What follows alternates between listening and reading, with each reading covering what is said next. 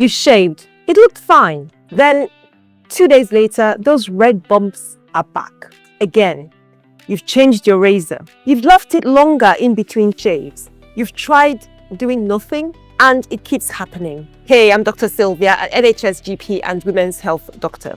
In this video, I'm going to walk you through 5 reasons folliculitis, popularly known or more commonly known as razor bumps, keeps coming back after shaving and exactly what to do about each one. When you shave, the cut end of the hair becomes sharp. If your hair naturally curves or coils, that sharp tip can go back into the skin or puncture through the side of the follicle as it grows back. Your body sees that as a foreign element or foreign agent and mounts an inflammatory response to protect you. That's the red bump you get, the pustule, sometimes the itching that you experience. The clinical name for this is Pseudofolliculitis, and if bacteria get involved, it becomes an infectious folliculitis. But here is what's really important. Your hair type, your genes, and your shaving habits all contribute. So it's rarely just one thing causing it to happen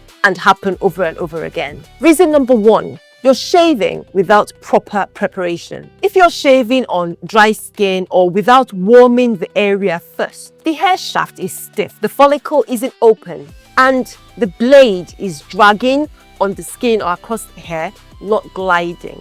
Experts, including guidance from the NHS, from dermatology, are quite clear and agree on this point. Wet the skin with warm water first, not hot, warm water, and apply a shaving gel or foam before the razor touches your skin. This softens the hair, creates a protective buffer layer, and significantly reduces any trauma to the follicle. Dry or cold shaving is one of the triggers for recurring razor bumps and probably the easiest to fix and prevent from happening. If you've been doing that for a while and you now have dark patches where those bumps have been occurring, that is post-inflammatory hyperpigmentation. It's not permanent, but the best way to stop new ones from forming is stopping the root cause, which is what we're doing now. So let's move on. Reason number 2, your technique is actively making this problem worse. There are 3 specific technique errors that drive recurring folliculitis.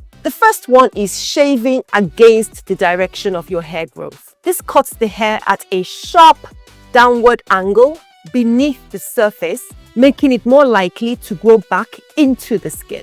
The second one is pulling the skin tight or taut when you're shaving. Now, I know this feels as if it gives a closer, finer result, and yes, it does, but the problem is when you then release your tight hold, your hair snaps back beneath the surface, and then it has to push back through, and that's where the inflammation starts. And number 3, multiple passes of your blade over the same area. Each pass is additional friction and trauma to an already irritated follicle. So, shave with the direction of hair growth, apply light pressure, and 1 pass of your blade where possible. Reason number 3 is your blade. A dull blade doesn't cut cleanly. It drags, it pulls, and deposits bacteria with every stroke of that blade. As a general guide, disposable or cartridge razors should be replaced after 5 to 7 uses. If you feel it catching as you run along your skin,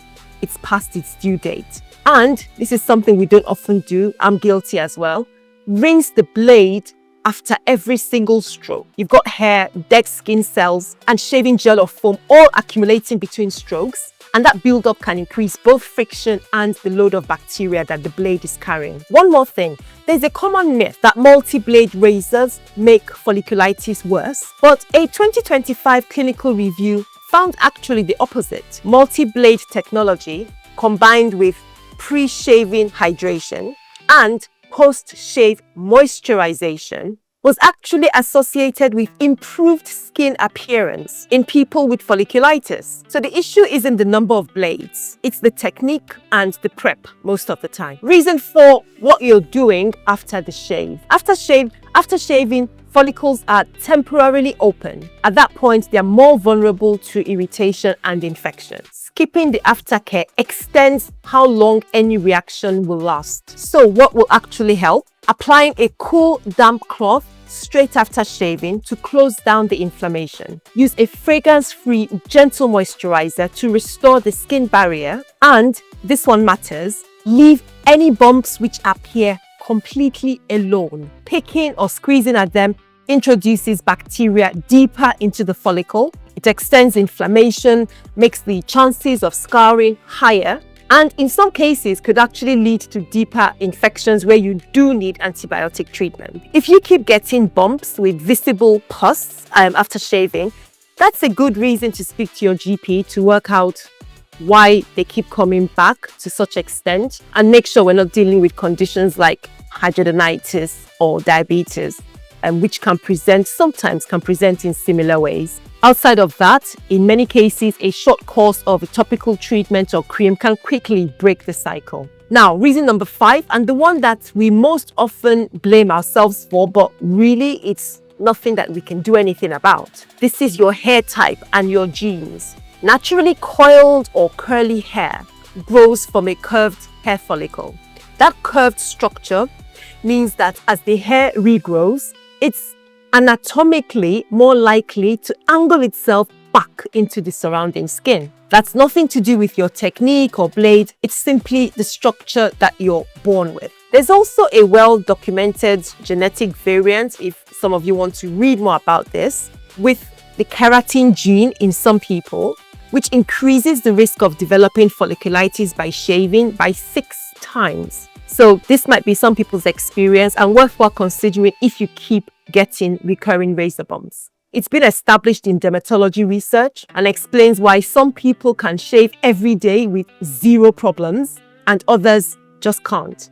Now, if this resonates, particularly if you have darker skin where hyperpigmentation takes longer to fade, it's also worth knowing that hair clippers and chemical depilatories and creams are both clinically recommended lower risk alternatives for you. And that's because they don't produce the same sharp cut tip that repenetrates your skin and follicle. So 5 reasons folliculitis or razor bumps keep coming back. 1, no warm prep or protective gel before shaving. 2, a technique where you're working against the hair growth direction. 3, a dull, dirty or overused blade. 4, no aftercare or you're busy picking at bumps as they show up. And 5, your hair type or genetic predisposition. Now, you don't need to fix all 5 at once. Identify your most likely culprit and start from there. Most people will notice a real difference within 2 to 3 shave cycles. So I've pulled all this information and some other helpful tips into a little guide, a before and after shaving checklist, so you don't have to struggle to remember this entire video in a moment. The link for that is in the description, or use this QR code to check it out. It's free, grab it before the next time you shave.